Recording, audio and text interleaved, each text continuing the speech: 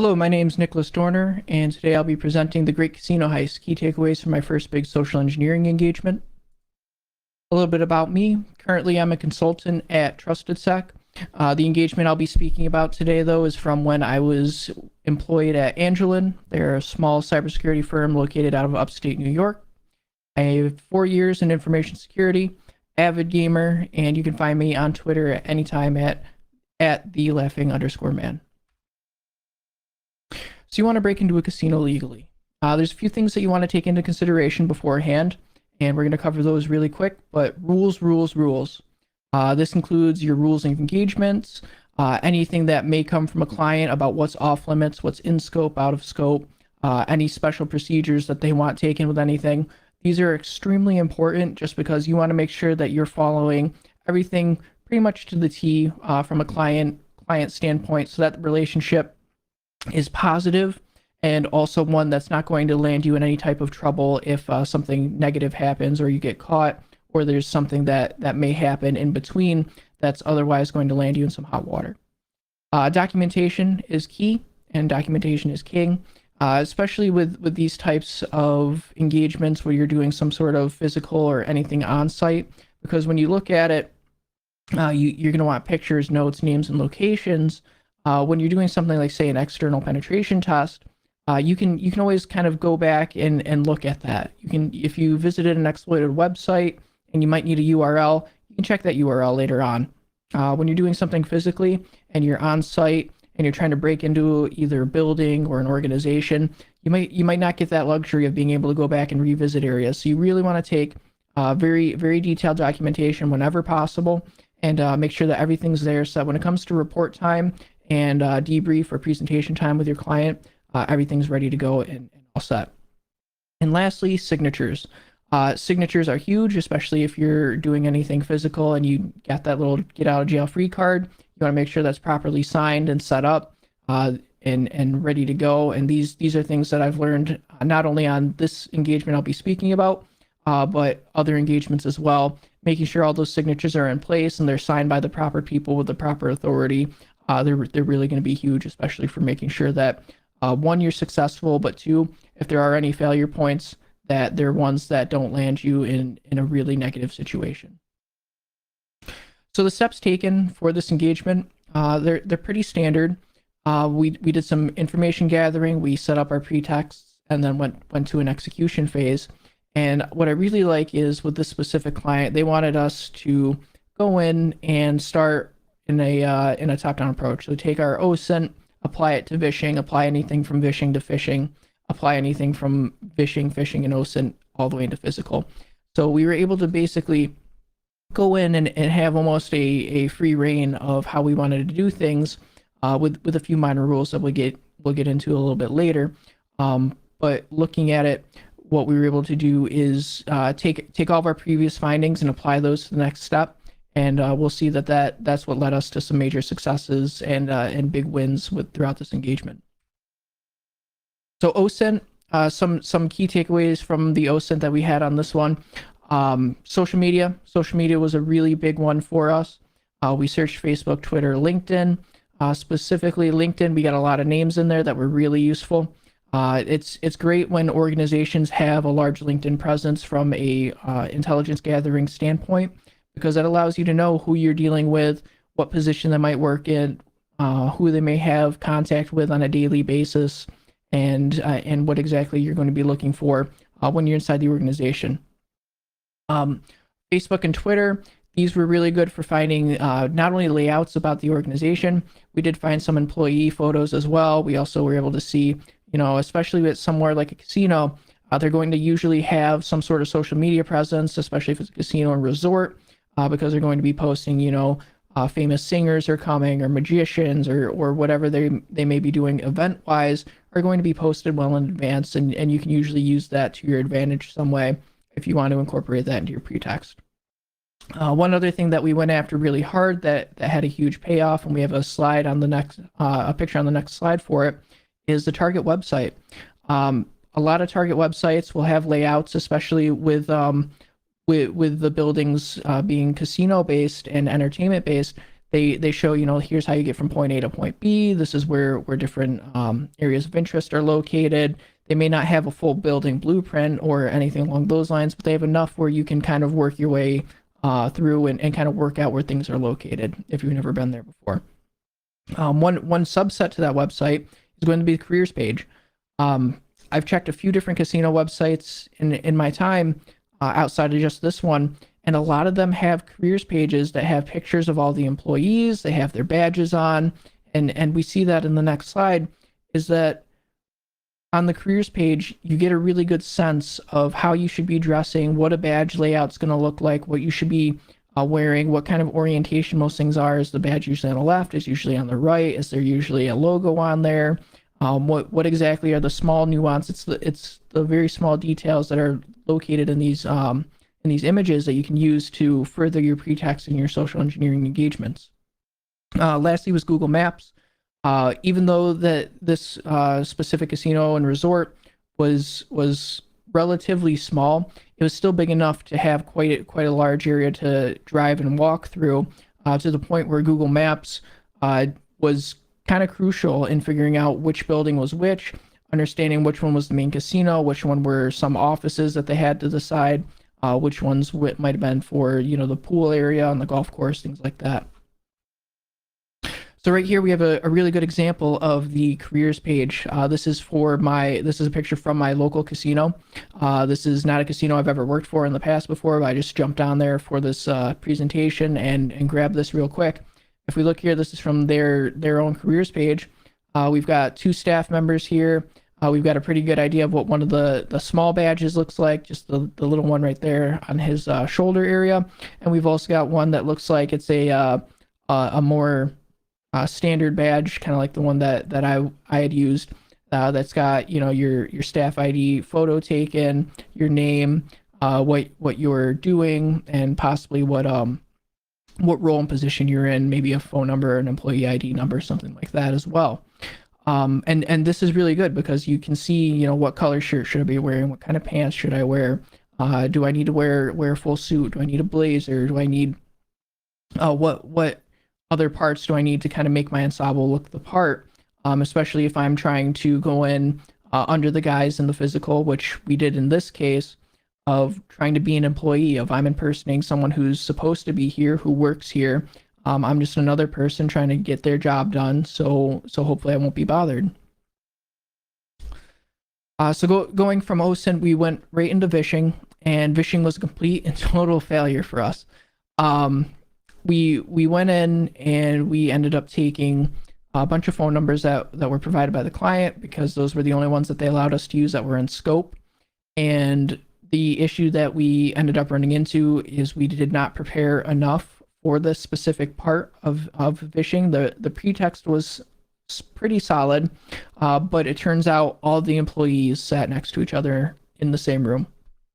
So with that in mind, we call Jane Doe first, and we get a little bit of information. Then we call John Doe, who sits right next to her, and then they start to talk, and that information spreads really quickly, especially in a small room where everybody knows each other, is kind of tight knit.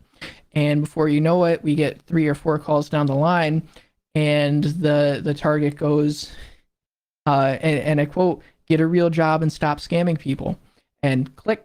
And it's okay. Cover's blown at that point. We can't do any more for this engagement. We didn't get a whole ton because we got shut down only a few calls in, but hey, we still got something. We have some stuff that we can provide the client. It also shows them that they do have some strengths in some areas, where if someone were just to go down their phone tree or their phone list and start calling every single person they could, or every single extension, luckily they're very good at communicating amongst themselves. Phishing was a much higher success rate. We were allowed to phish the entire organization. We were allowed to go for whoever we wanted. We did a pretext to enter a raffle for a little giveaway.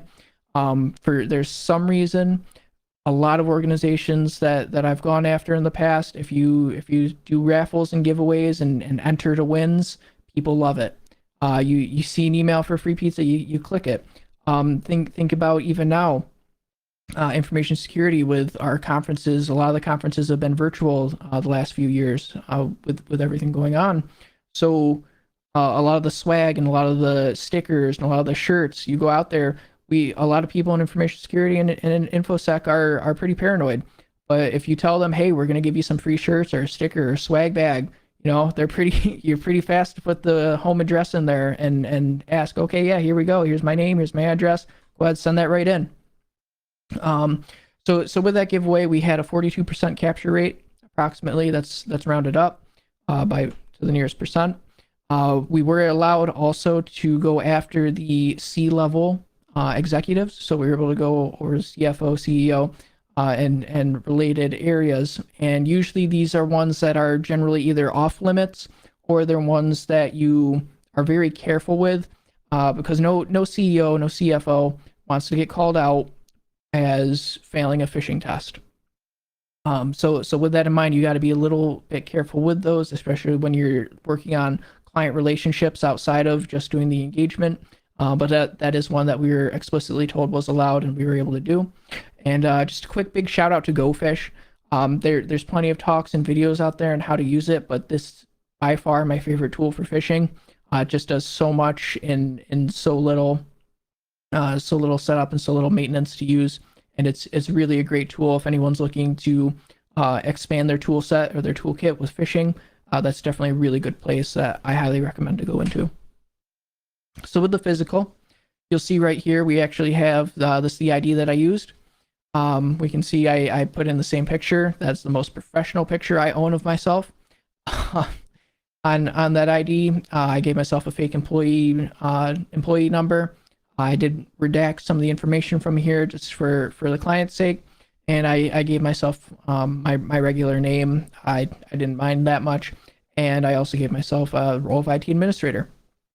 One of the things that I've learned from this engagement and from others is that if you say you're from IT and you're working at the organization and you tell someone you want to get behind the computer for whatever reason, if you generally play the part well, they're going to let you in there quite a few times. A large percentage of the time, they're like, oh yeah, I don't want to deal with that. You're gonna fix the internet, make it faster? Great, go on behind the keyboard.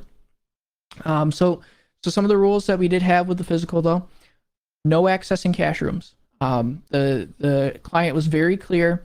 They didn't want anybody going into the cash rooms, not into the casino vault. They didn't want us anywhere where money was being handled. And completely understandable too. As much as I would have loved to jump into the vault and try to take money out and try to go full, Ocean's 11 on it, it's something that you need to adhere to, especially when it's a client request and the client's the one that essentially is calling the shots. One of the things that I also did was I called myself an intern while I was there. I know the badge says IT administrator, but if somebody would question, hey, I've never recognized you, the IT team's relatively small, it's only a dozen or so people, and I've never seen you here before, how are you in IT? Saying that I was an intern was pretty good. It got me a lot of success, especially in this specific organization, especially because this was about 3.5 years ago now. So with this organization, I looked a little bit younger than I do now, and I already hope I look relatively young. But they would accept that pretty easily and allow me right through. And one other thing just to note on is we didn't do any fancy toys with this. I love the Proxmark. I love doing badge cloning and everything like that. Everything that I did completely low tech. We have the badge here. It's just a chunk of plastic that we cut to shape and printed on using a printer. No cloning, no type of attacks against any of the scanners or anything along those lines. The most high-tech thing I had was my phone, and that was mainly for sitting outside of doors pretending I'm on a call of some sort until somebody would walk in and out so I don't look suspicious on security cameras, or as suspicious, I would say. And the other major component I had was the clipboard. The clipboard was huge. Dressing in a full suit with a badge just like this, I was wearing the same exact clothes that you see in the picture there, so full suit with a tie and a clipboard, and the badge is just, it got me just about everywhere. People would hold open doors. People were extremely nice, and especially in these types of industries like casinos, where it's essentially a customer service and a service industry, where the staff are generally trained to help people and go out of their way to make sure that they're having a good time. Sometimes that extends into the workplace to a point where they might be a little too helpful. They're holding doors open for people they may not know, just letting them walk right through without scanning in. No one shutting the door behind them with the swipe in, swipe out. They're letting everyone who's in that kind of line to get in through the door, and into whatever areas they're going to for work. And that proved to be a very large downfall for this client. So as far as our findings go, how do you pull off a casino heist if you don't have access to the vaults or the cash room because it's out of scope? For me specifically, we did that because we had first off, we did have full access to every area, aside from those ones that were off limits. So that's why we got our little disclaimer there. But we were able to get into, say, training rooms, office spaces, the server rooms, the power room, and electrical. We could have turned off all the power, which would have been interesting because they had their own power supply. But really, one of the things that we were able to physically steal were iPads from the training room. I think I walked out with about 10 iPads in my bag by the end of that. But it turns out that we were able to find a flaw in their business center, which was also located on site. Just going and sitting down in the business center, which most casinos and resorts have, most hotels have as well. We were able to log in with the credentials from the CFO that I mentioned we captured during the phishing engagement. And using those credentials brought me in to a standard desktop screen. They had some desktop icons that allowed me to then essentially just double click and opens up my mail and go, okay, great. I'm the CFO. Let me log in. Credentials worked great. From there, we were able to see, hey, the CFO has been getting emails from a bank. Let's take a look at that. And it was showing all the transfers because the CFO's account was the one that was being used for all transfers of large money transactions. So at the casino, at the end of every week, every 2 weeks, every month, or whatever time interval, they were essentially depositing millions and millions of dollars to their bank, which, that makes sense. They're not going to keep it all in cash all the time. But since I had access to the CFO's internal account using those credentials that we were able to pick up from phishing, I could, reroute that money if I wanted to. I can go in and make it, lock him out of the account, or I can be a little more stealthy and try to siphon as much funds as I can off before anybody notices and logs in and sees those strange transactions. So there's a lot of things that we can do with that access. And essentially at that point, are we going to do a smash and grab and try to take that money and run? Or are we going to try to do it somewhat slower and take off whatever money we need? Because in the long run, any threat that's going to target a casino may not be after that big payday of, all of the money at the casino. Realistically, you can live quite comfortably off of just taking some of the money from the casino, especially medium, even smaller casinos, where their transactions are equaling on a daily basis several $1 million, quite easily. So getting that money and getting out was really our goal. It was the goal set forth by the client, and we were able to demonstrate that we could do that without access to the cash rooms or the vault, because of security flaws that were, one, in the network, but also because of the ways that we weren't shut down. Even though we were shut down in the vishing portion, our OSINT gave us enough that we were able to conduct a fairly successful phishing campaign, and we were able to conduct a very successful physical campaign against the organization and essentially get in, find a way to access an account that we otherwise shouldn't have been able to get into, and get out. And those were really a lot of the really high points that allowed us to get these findings and then exfiltrate without the client really knowing what hit them, essentially. We did do a full stop at the bank account access. We didn't actually try to transfer funds out. As per our agreement, we would not actually steal anything and not return it. Taking transactions out through a bank account is just too messy. It's full stop right there once you have access. iPads are much easier. We can go back at the end of the day and say, here's all of your iPads back. Sorry. So key takeaways here, and a lot of these are really learned the hard way for me, especially in this engagement. For one, the hardest one to learn would have been preparation is key. Fishing really went kind of rough because we were just not as prepared as we should have been when you look at it from a large scale perspective. We should have known better that those employees were located in the same room together.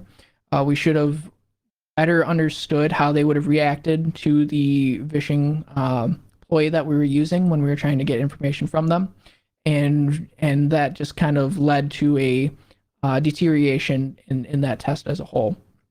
Another part is phishing is great, but and that's not knocking phishing at all.